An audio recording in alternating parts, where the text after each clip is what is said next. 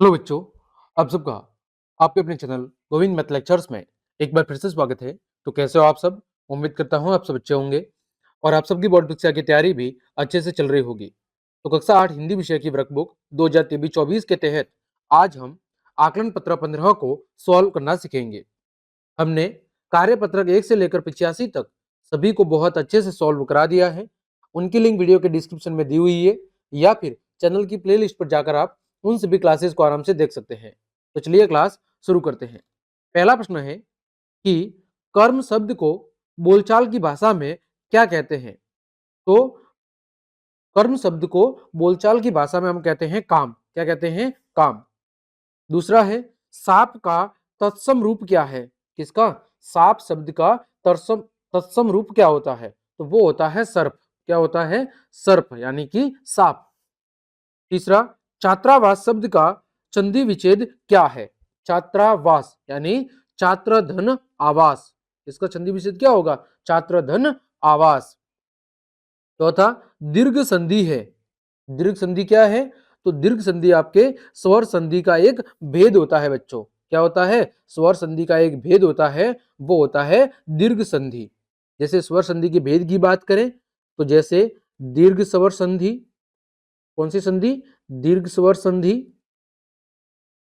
फिर दूसरा भेद है गौण स्वर संधि, गौण स्वर संधि। तीसरा भेद है वृद्धि स्वर संधि, वृद्धि स्वर संधि। चौथा भेद है यण स्वर संधि, यण स्वर संधि। और पांचवा भेद है वो है अयादि स्वर संधि। ये स्वर संधि के 5 क्या है? भेद है। ठीक है, ये आपको नाम याद रखने हैं। छठा पांचवा प्रश्न है विराम चिन्हों से संबंध विकल्प है, यानी इनमें से ऐसा कौन सा विकल्प है जो विराम चिन्हों से संबंधित है? जो ऑप्शन नंबर 3 है आपका, ये किससे संबंधित है? ये आपके विराम चिन्ह से संबंधित है। आगे बात करें प्रश्न संख्या 6। हमारे जंगल विषय पर आप अपने विचार लिखिए। हमारे जंगल विषय पर आपको अपने विचार लिखने हैं। तो देखें हम क्या लिखेंगे कि प्राचीन समय में, प्राचीन समय में खूब जंगल थे, खूब विस्तृत जंगल थे। विस्तृत यानी बड़े बड़े क्षेत्र में फैले हुए, खूब विस्तृत क्या थे? जंगल थे। लेकिन लेकिन अब धीरे धीरे, अब धीरे धीरे, धीरे धीरे मनुष्य, मनुष्य की बढ़ती आबादी, मनुष्य की बढ़ती आबादी अपने स्वार्थ के लिए, अपने स्वार्थ के लिए जंगलों को, जंगलों को काटती जा रही है, काटती जा रही है। ठीक है, जिससे, जिससे वन्य जीवों, वन्य जीवों, ठीक है, वन्य जीवों, प्राणियों एवं वन्य पेड़ पौधों की संख्या या वन्य पेड़ पौधे धीरे धीरे कम होते हुए जा रहे हैं, कम होते हुए जा रहे हैं। जो मानव जाति के लिए, मानव जाति के लिए काफी दुर्भाग्यपूर्ण है। ठीक है, ये हमने लिखा है हमारे जंगल विषय पर कुछ अपने विचार। आगे बढ़ें प्रश्न संख्या 7। निम्नलिखित वाक्यों में सही या गलत का निशान लगाइए। पहला है, दो वर्णों के मेल से जो परिवर्तन होता है उसे संधि कहते हैं। बिल्कुल सही बात है। जब दो वर्णों के आपस में मेल से कुछ परिवर्तन होता है तो उसे कहते हैं संधि। ख, व्यंजन संधि में केवल स्वरों का मेल होता है। गलत है।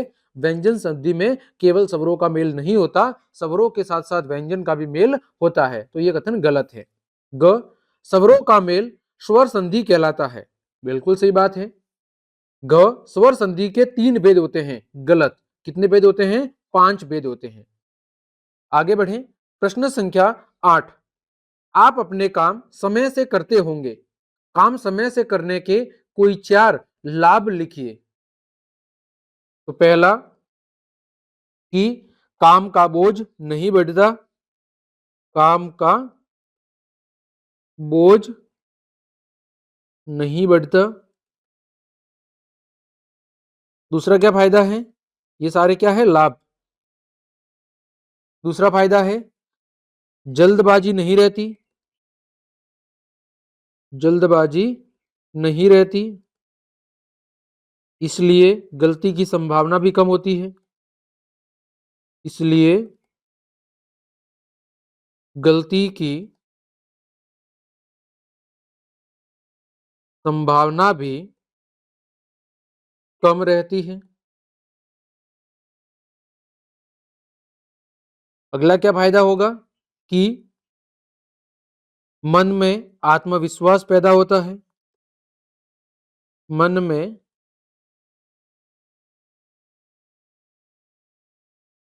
आत्मविश्वास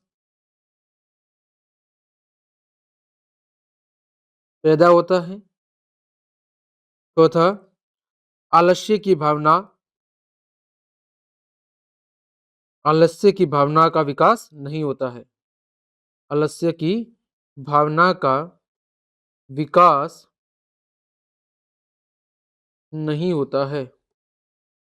आलस्य की भावना का विकास नहीं होता है। ठीक, ये कुछ फायदे हैं। आगे बढ़ें। प्रश्न संख्या 9, आपने देखा होगा कि कई लोग अपने घरों में तोते एवं अन्य पक्षियों को पिंजरे में बंद करके रखते हैं। आपके विचार से ऐसा करना उचित है? अपने विचारों को लिखिए। तो हम कहेंगे नहीं। हम कहेंगे नहीं। पशु पक्षियों को पशु और पक्षियों को पशु और पक्षियों को पिंजरे में बंद रखना, पिंजरे में बंद करके घरों में रखना, घरों में रखना कदापि उचित नहीं है। कदापि यानी कभी भी उचित नहीं है। ठीक है। ईश्वर ने ईश्वर ने सभी जीवों को सभी जीवों को स्वतंत्र जीवन प्रदान किया है। ईश्वर ने सभी जीवों को स्वतंत्र जीवन प्रदान किया है, चाहे वह मनुष्य हो अथवा जीव जंतु। मनुष्य हो या जीव जंतु। ठीक है। आगे हम लिख सकते हैं कि हमें हमें पशु पक्षियों को पशु पक्षियों को खुले में या खुले आसमान में स्वतंत्र रखना चाहिए या स्वतंत्र छोड़ना चाहिए, ताकि वो ताकि वो स्वतंत्र होकर अपना जीवन जिए। ताकि वो स्वतंत्र होकर पूरी आजादी से पूरी आजादी से अपना जीवन जिए। ठीक है, तो ये था आपका आकलन 15। उम्मीद करता हूं सभी प्रश्नों के उत्तर आपको अच्छे समझ में आए होंगे। तो क्लास देखने के लिए आप सभी का धन्यवाद। यदि आपको मेरी क्लास और मेहनत पसंद आई है तो फिर लाइक, कमेंट, शेयर और सब्सक्राइब जरूर करें। आज के लिए इतना ही। जय हिंद, जय भारत।